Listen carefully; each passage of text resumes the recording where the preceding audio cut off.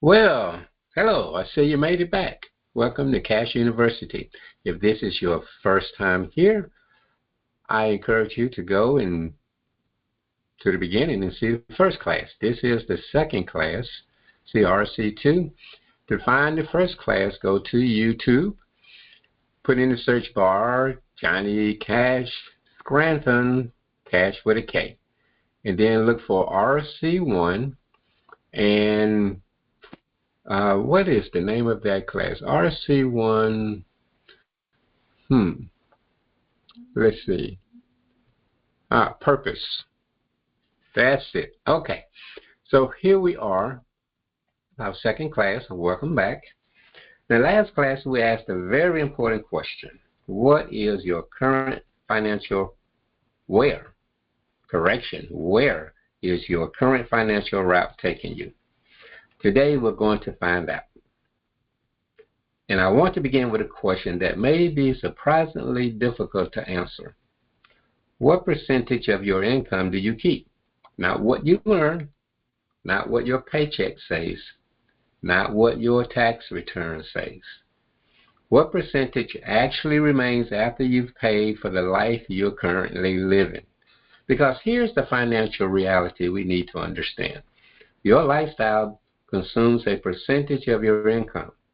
Your future needs a percentage of your income too. If your lifestyle consumes 90% or 97% of what you make, only 3% is available to build the future. And if it consumes 90%, well, you've created a 10% margin. You're going in the right direction. And that difference, it may look small when you're looking at 1 month, but we're not planning for 1 month. We're looking across years, even decades. That's why today is so important. We're going to enter some financial coordinates and let the spreadsheet show you something you may have never actually seen before. That's what we're here to discover. Today, we're not just entering numbers into a spreadsheet. We're beginning to understand the financial DNA of your household. And once you can see it, you can begin to change it.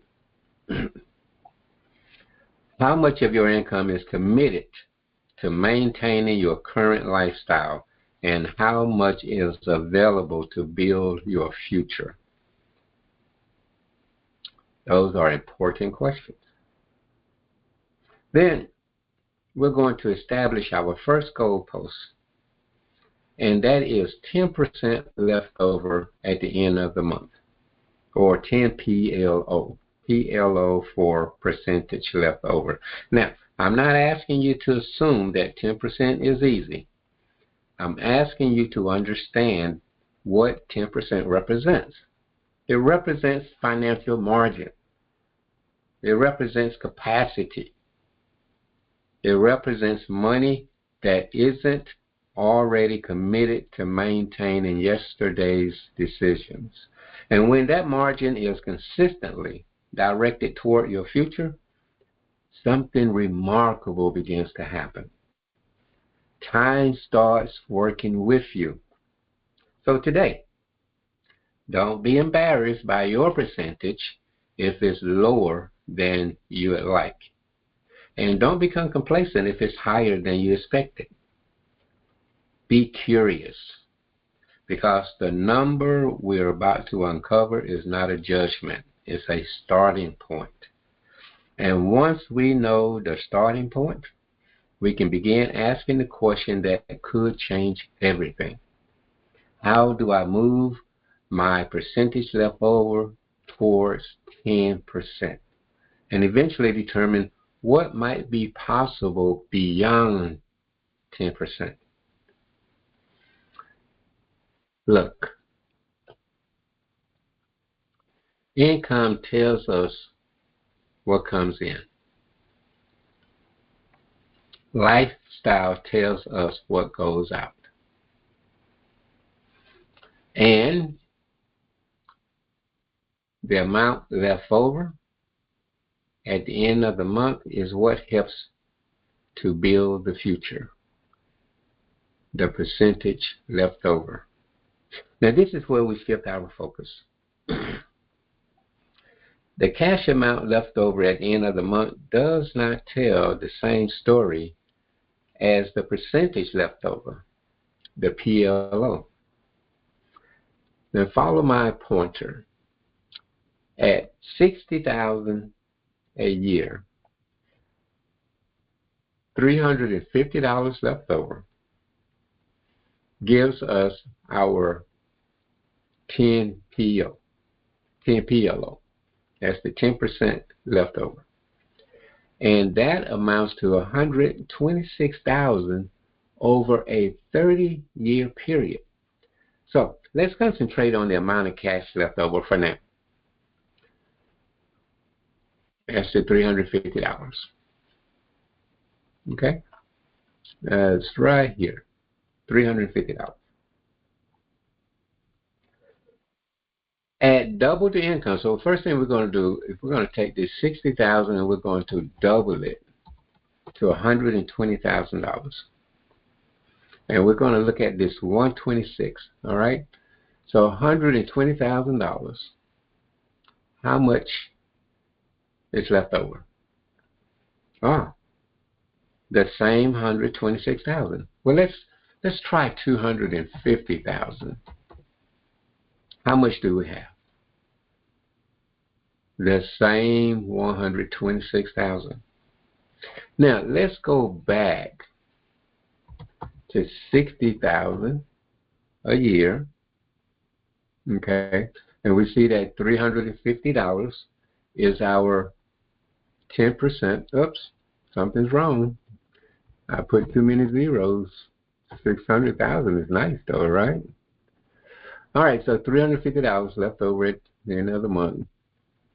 That's our 10 PLO, 10% left over.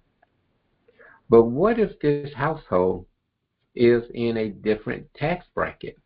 So let's go up here to our tax bracket and let's change it. Let's enter a lower tax bracket, which means we're going to save some money right here. All right, great. So with the tax savings, where does our money at the end of the month needs to be so that we are at our 10% PLO, or our 10 PLO, okay?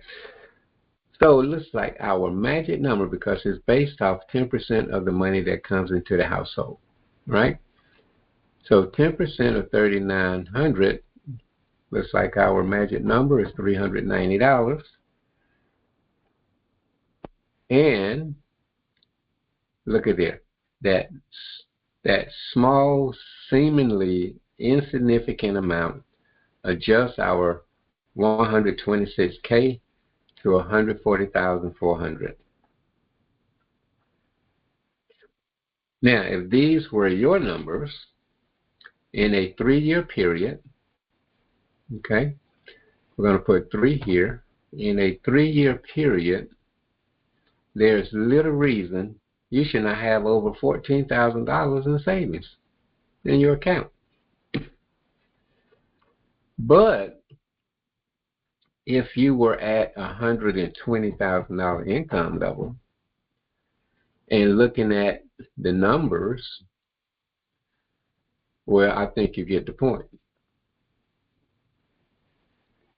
They're not much better off down the road because you need to be at 10% in order to keep up with your lifestyle. Excuse me, I was trying to hold that cough and it wouldn't hold. So, my question to you, because let's just put what this needs to be. I think it's $780, and yep, we got our 10%, and look at the difference here, and look at this 3-year marker. It's a huge difference. So my question to you, does it make sense to pay attention to the percentages? Because that's what we're doing right here. Well, I'm beginning to get a cough, so that's going to be the end of this class. So next class, I believe we'll be diving into the tax brackets. You saw what a difference a tax bracket made, because all these numbers are important, and especially when we begin looking at percentages. You know, the tax bracket is a percentage. The amount of money that is spent that comes into the household is a percentage, and the amount left over at the end of the month is a percentage. And these are crucially important. So we're going to get into some percentages in terms of the tax bracket in the next class, I do believe. So make sure that you stay tuned and just always go to keep up, go to YouTube, search for the name there, and just keep going. Just keep up. So we're on the second class. Then we'll be going to 3, 4, 5, 6, 7, and so on and so forth. But for now, class is adjourned.